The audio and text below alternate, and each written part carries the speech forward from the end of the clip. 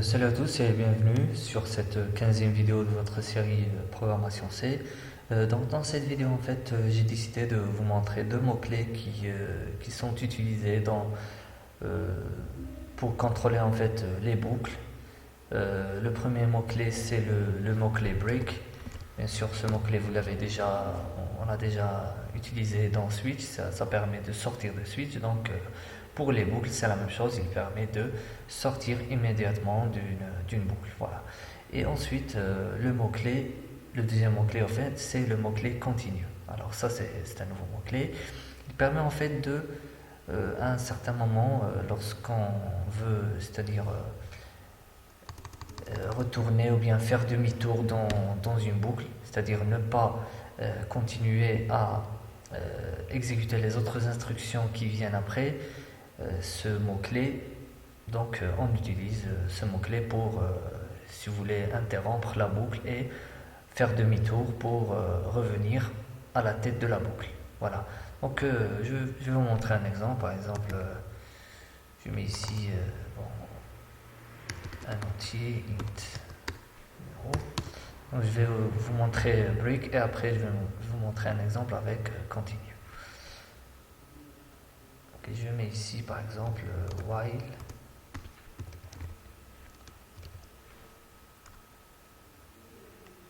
Bon, je peux mettre ici par exemple une boucle infinie. Donc je mets while 1 et j'essaie de stopper cette boucle avec break.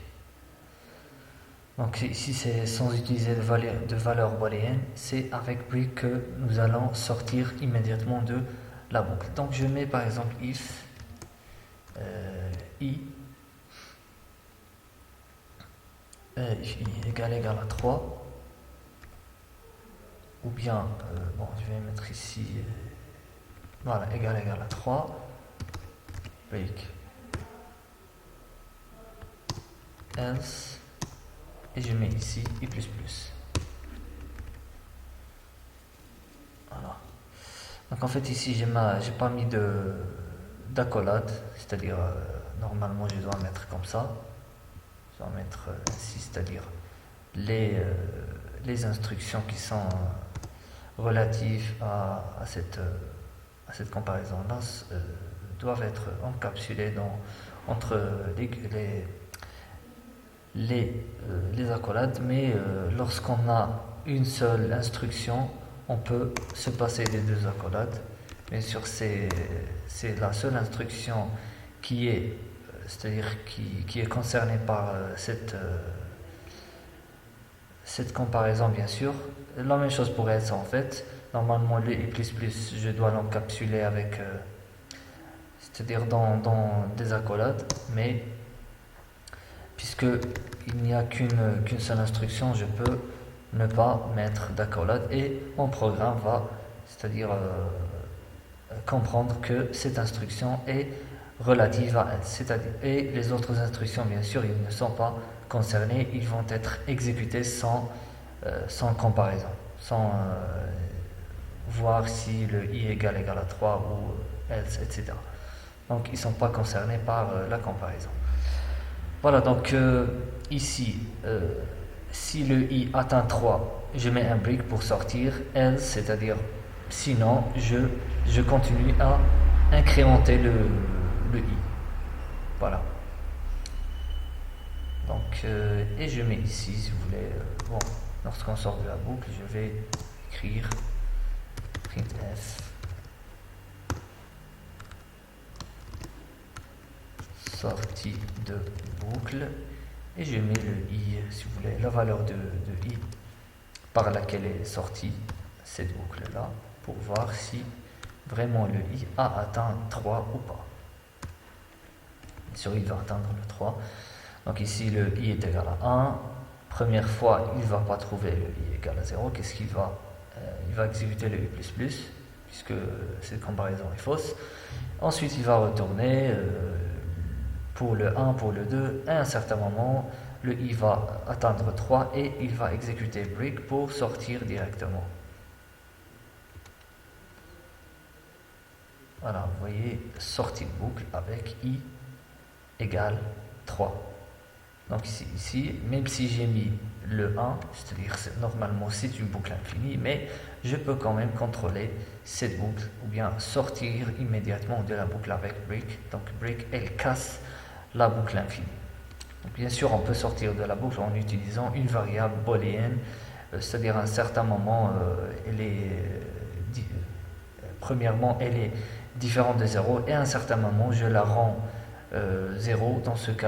Dans notre cas ici, je mets if i égale à 3, ma variable sera, c'est-à-dire changer ou bien on va affecter 0 à cette variable pour que à la prochaine itération, il va tester, il va trouver bien sûr que cette variable a été changée par 0 et par conséquent, il va, c'est-à-dire sortir de la boucle. Mais le problème ici, ou bien en fait la différence avec l'utilisation d'une variable booléenne et break, c'est que break, lorsque c'est-à-dire mon programme va la trouver, il va sortir immédiatement sans c'est-à-dire continuer dans la boucle.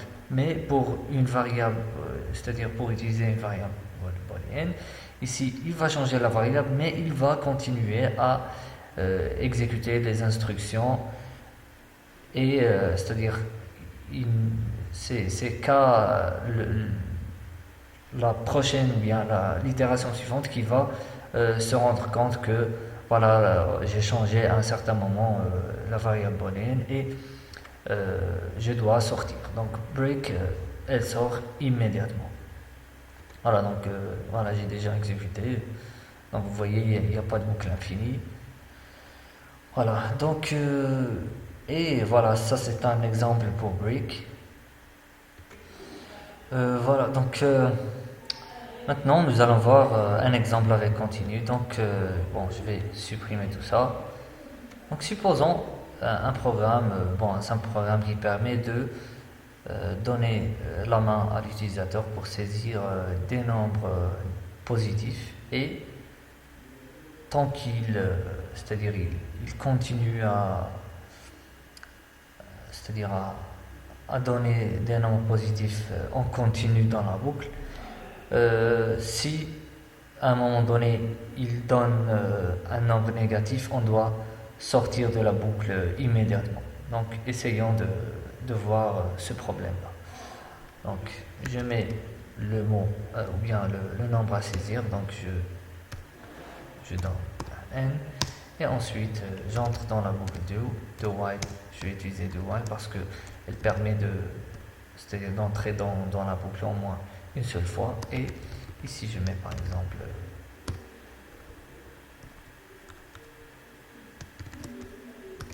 donner n et je mets ici donner n et je mets ici scan. Bien sûr je vais scanner ma variable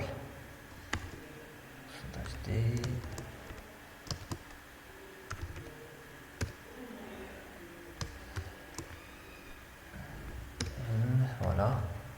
Et là, qu'est-ce que je dois, c'est-à-dire comparer, je dois vérifier en fait si le n est positif ou bien négatif. Donc si le n est positif, je mets continue.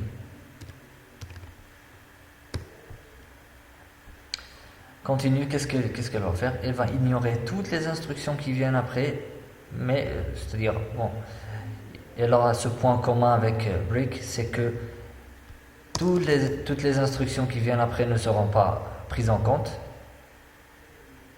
Mais c'est-à-dire la différence entre continue et break, c'est que break elle sort de la boucle, tandis que continue elle, c'est-à-dire elle fait demi-tour si vous voulez dans la boucle, c'est-à-dire elle revient à la tête de la boucle, tout simplement. Voilà. Et je mets ici un break. Tout simplement, c'est en fait pour sortir de la boucle, si vous voulez. Et je mets ici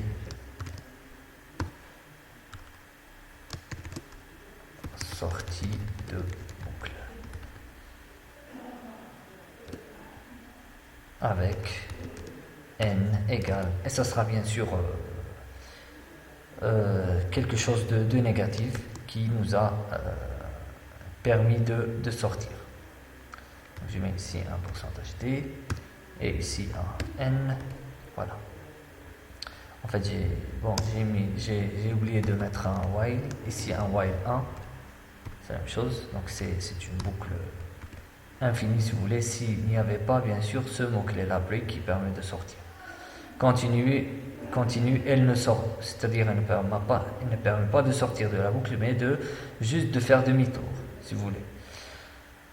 Voilà, donc on va tester pour voir ce que ça donne. Je mets ici en fait un petit slash n. Voilà. Donc je vais juste vérifier. Donc on va afficher ce message. Ensuite on va lire notre variable. Si la variable est supérieure, bon, je vais tolérer le 0 aussi. Donc il doit être positif ou égal à 0. Donc si le n est supérieur ou égal à 0, on continue. C'est-à-dire, je vais redonner la main à l'utilisateur pour me donner un nouveau nombre. À un certain moment, le if, c'est-à-dire, je vais donner un nombre négatif et le continu ne sera pas exécuté. Donc, il va faire quoi? Bien sûr, il va sauter c'est-à-dire dans les instructions qui viennent après le if. Voilà, donc il ne va pas exécuter continu, il va venir, il va trouver break, donc on va sortir, tout simplement. Voilà, donc je mets par exemple 5, je mets 7, 3, etc. etc. Donc à un certain moment, je donne par exemple moins 6 et je sors de la boucle immédiatement. Vous voyez? Voilà. Donc je peux améliorer mon programme par exemple pour c'est-à-dire dire à mon utilisateur bien sûr de saisir et de calculer la somme des entiers positifs c'est-à-dire je saisis. Et lorsque je mets un entier négatif, il va sortir immédiatement. Donc je mets ici un somme égale 0. Bien sûr, parce que je vais accumuler les entiers que je saisis d'ensemble, donc elle doit être initialisée à 0. Voilà, donc ici, si le if est négatif, ou bien en fait positif, je dois ajouter la somme, ou bien le n à la somme, comme ça. Si j'exécute pas le if, il va bien sûr venir ici dans break et il va sortir. Voilà. Bon, il faut bien sûr bien faire gaffe à ce que vous écrivez ici. C'est-à-dire, en fait, je ne dois pas mettre ici continue, comme ça.